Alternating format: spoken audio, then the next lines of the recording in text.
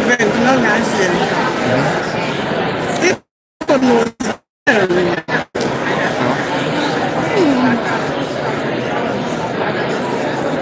so this year it must be very tight. But she doesn't find it equal.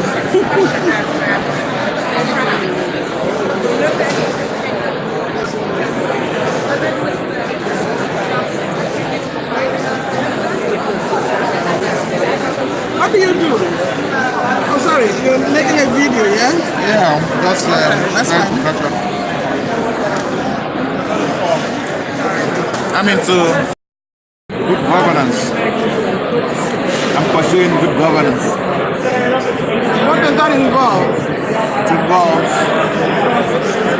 everything that has to do with providing the right governance form, model, and system. About the framework, the templates, and the tables for proper governance. That's what I do.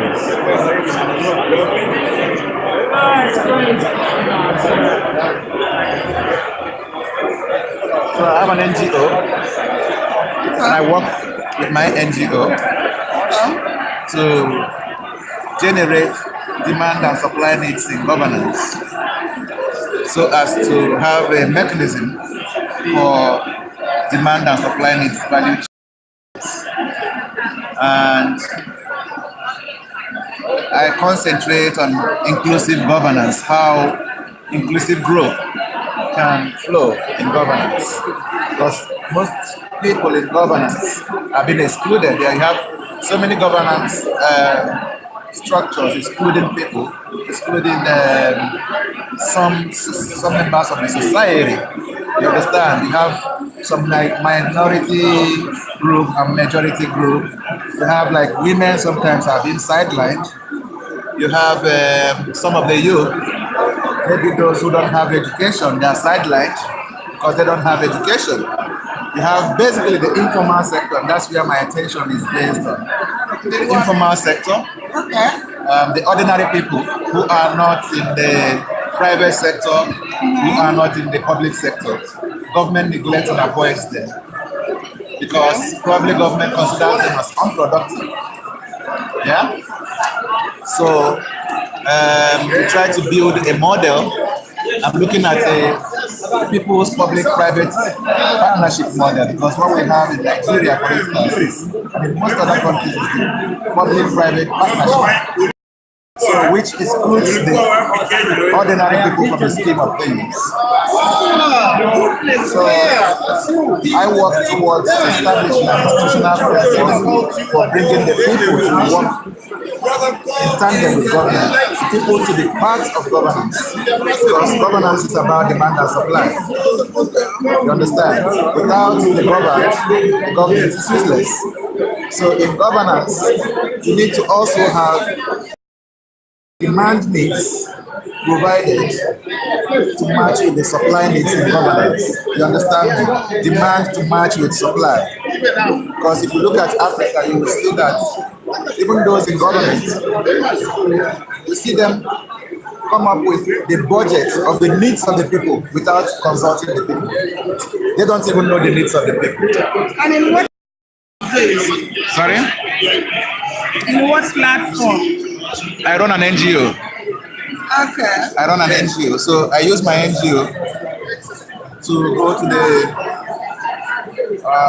government people, work closely with the government people, private sector, and the ordinary people, now to bring them together. Sorry? In Nigeria. Right. Yeah. So how do you work from here? I'm gonna get a drink, I'm coming, okay? Yeah.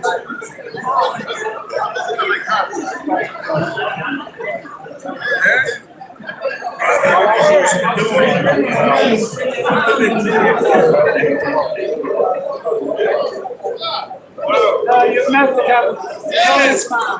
A very important one. We can't escape the moment.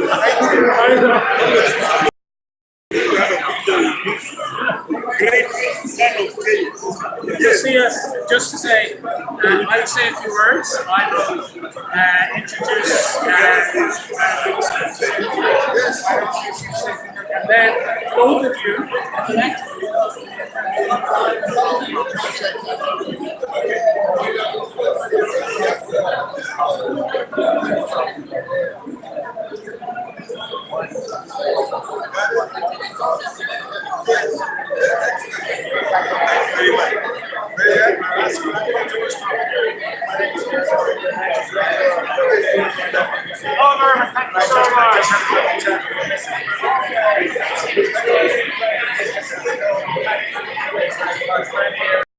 Joey, how are you? I'm looking for one lady, Claudia. Oh, you brought for me. It's over there, yeah, I got for you. Thanks a lot. Appreciate it. Winning is over there. Okay, I'll sit down. Some small salmon and what shikes on the top. Thank you. Yes, sorry, yes, you were saying.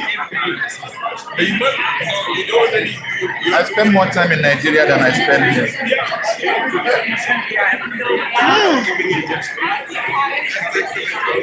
So does that kata, the NGO is for Nigeria, is it? It's best in Nigeria. And who are your main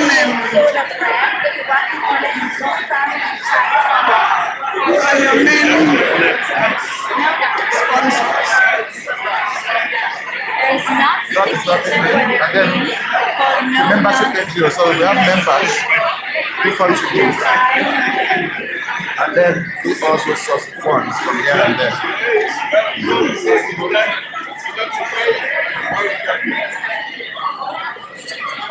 Well, is that sustainable as It's a passion. It's not about money. Mine is not about making money. It's my passion. I have passion for rebuilding the society because I see a crashed, a destroyed society in my country. So I have passion to add value. what have you seen? Here, yeah? Sisters are breaking Thank you. So, have you ever heard about if you're not home?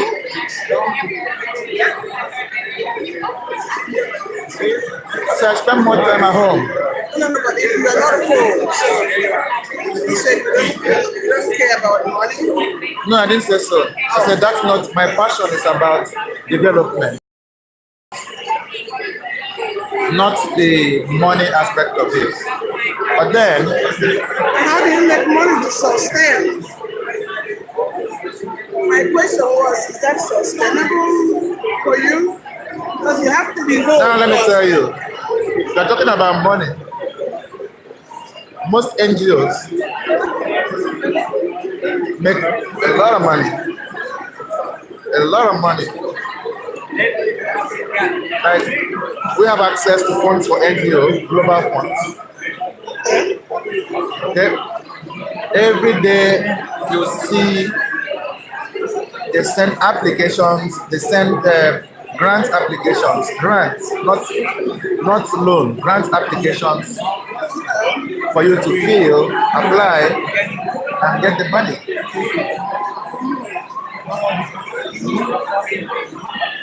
And Now depends on how responsible you are. Whether you are a thief, give the money, siphon the money, or deploy the solution. what sort of projects? You talk about good governments. I've done good governance. I've done a lot. Quite a Tell me lot. what you've done. I mean, Retired men, like, this Biafra. no, it's not. I thought it's going. Good evening. Good evening.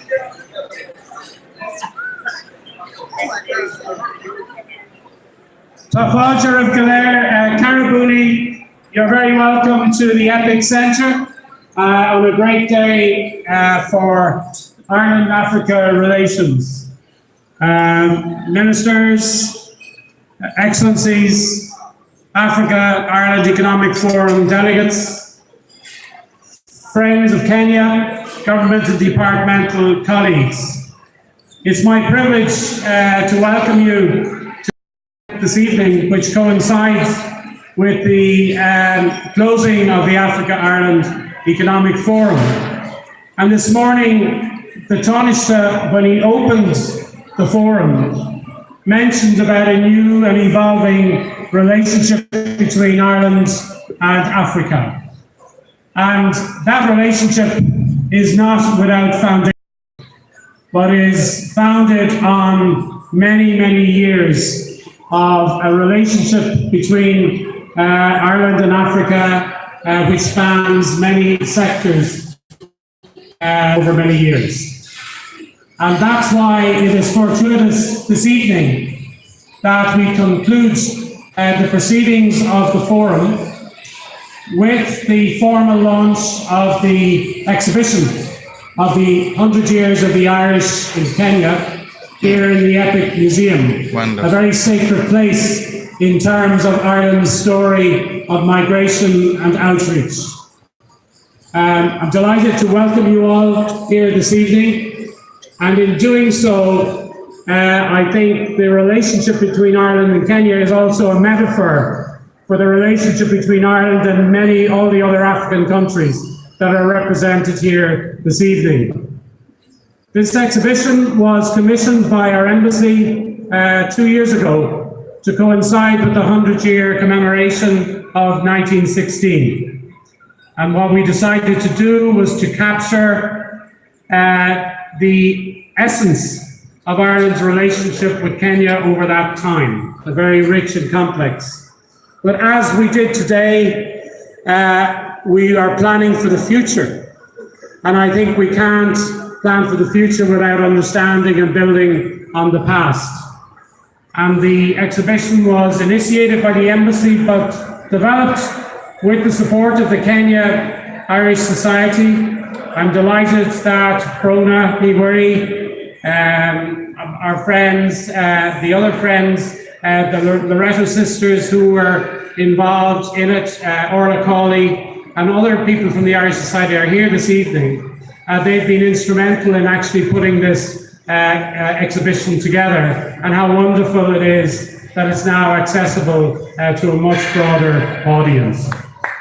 Let's give them a round of applause.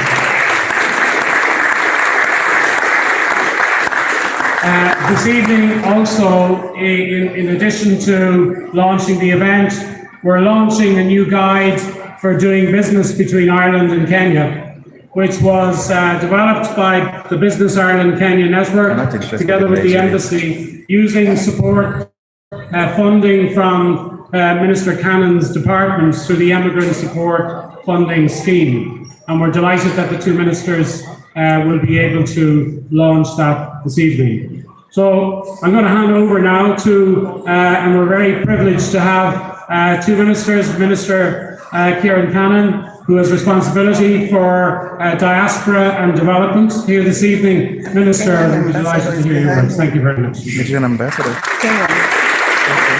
Behind us. Thank you. Good evening, and Kate Mila Paultry, 100,000 welcomes to all of you. We are here at the end of what has been a very long and fruitful day of exchanges at the Africa-Ireland Economic Forum, here in the very, very special place, the EPIC Museum. And if you have time before you return from where you came, please take time to visit the extraordinary exhibition that is the EPIC Museum, which charts the journey and the achievements of our diaspora stretching centuries. And as we approach our centenary, it is fitting that we take a look back at those extraordinary connections that we have built across the globe. The strong relations that exist between Ireland and Kenya were forged well before we ever opened embassies. They rest on the shoulders of individual Irish and Kenyans who touched each other's lives. And alone on this island, on the edge of Europe, we are just 6 million people with very limited opportunities to have a global impact. But with our diaspora approaching 80 million people worldwide, we become 1% of the world's population. And during the gathering, we got a real glimpse of that collective power. And for me, it was the first time in my lifetime that I had a tangible sense of being part of an extraordinarily connected Irish global community. And again, there's a tremendous now to build on the strength of that community and to help drive forward our economy and to enrich our society. And as we move forward into the 21st century, our growing focus on economic diplomacy is maturing.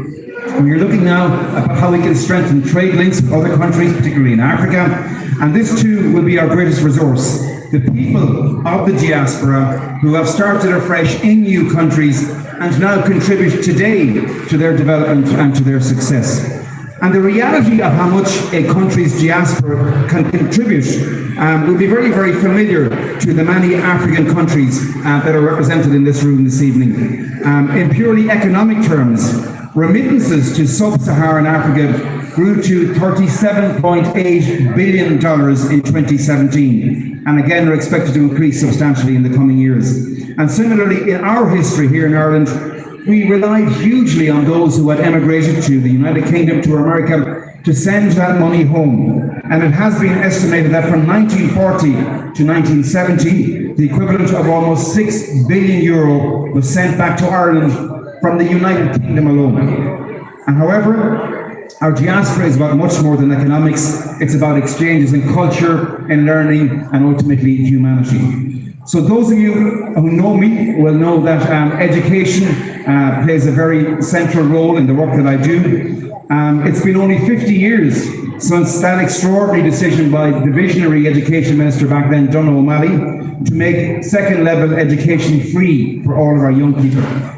And in that 50 years, Ireland has changed from a place which exported its young people uninformed and ill-prepared to a country now that has one of the largest participation rates in third level, a country with a highly skilled and adaptable workforce, a country that is able to give our citizens a standard of living that our grandparents could only have dreamed of. An inclusive education was the key to that transformation. And that experience and the accompanying transformation of our island explains why we as a people value education so highly. And it's why I was moved by the stories of Irish educators in Kenya who have left their indelible mark throughout society. From the first missionaries, including sisters in the Loreto Convent in Nairobi, who established the first Catholic high school for Kenyan girls, to Brother Colm O'Connell, who coached David Rudisha, the gold medalist. Their stories speak to the almost universal experience of having been educated by Irish brothers and Irish sisters. And our embassy in Nairobi has picked up the baton from these fine Irish people and is determined to ensure that Ireland and Kenya continue to deepen this very special and enduring friendship. New business relationships are being added to these historic relationships, not replacing, but bringing another very special dimension to our people and in building relationships that will endure for a lifetime. So I'm very, very happy to be here this evening to jointly launch the Doing Business in Kenya Guide later this evening with Cabinet Secretary Munya. And in conclusion, I want to commend the Irish Embassy in Nairobi and the Great Works Initiative, which highlights the many Irish contributions in education, in health, in agriculture and in sport. And I hope that this museum dedicated to the story of the Irish abroad will lead visitors to take inspiration from those Irish who left their mark on the world and those on whom Ireland has also left a mark. Thanks very much indeed.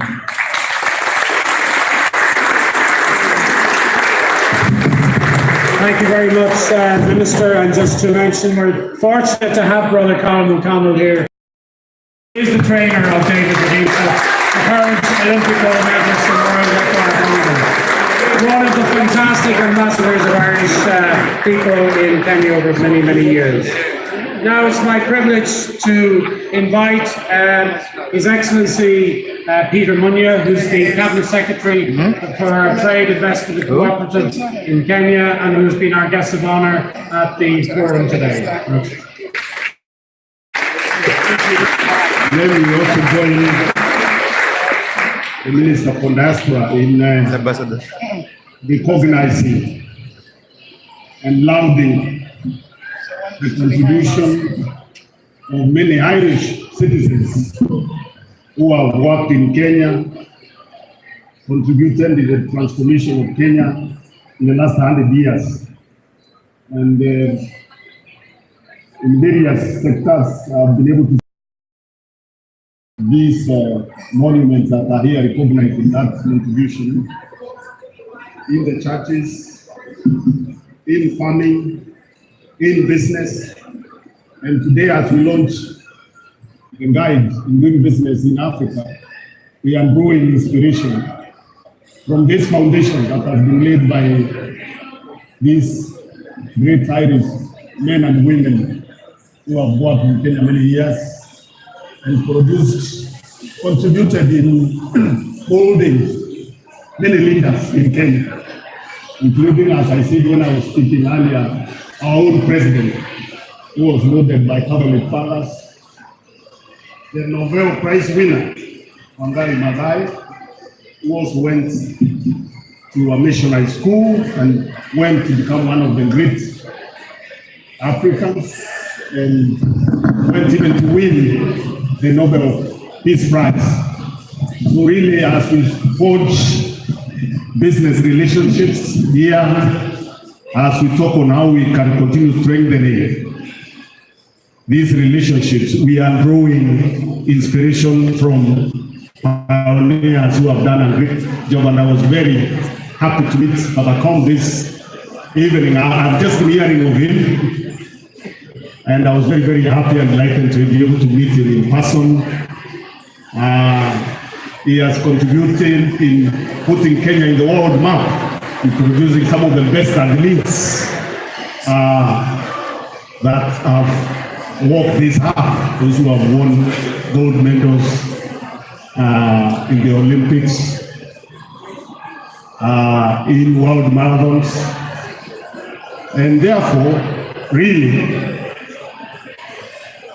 those business people that we are going to meet tomorrow and today who want to do business in Africa are inspired by these stories that it is possible.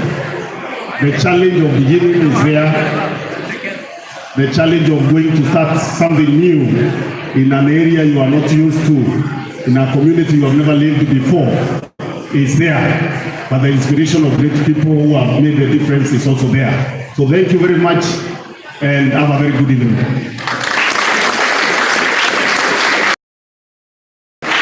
Santa Sana, Cabinet Secretary, delighted to now, if I could ask the two ministers, please, Minister Cannon and Minister Munya, to both jointly launch the new Ireland-Kenya Guide for Doing Business in Kenya, designed to assist prospective businesses from Ireland. We're going to ask, I'm not sure how you launch a book, but we're going to ask the ministers to jointly cut the ribbon, please, to launch it.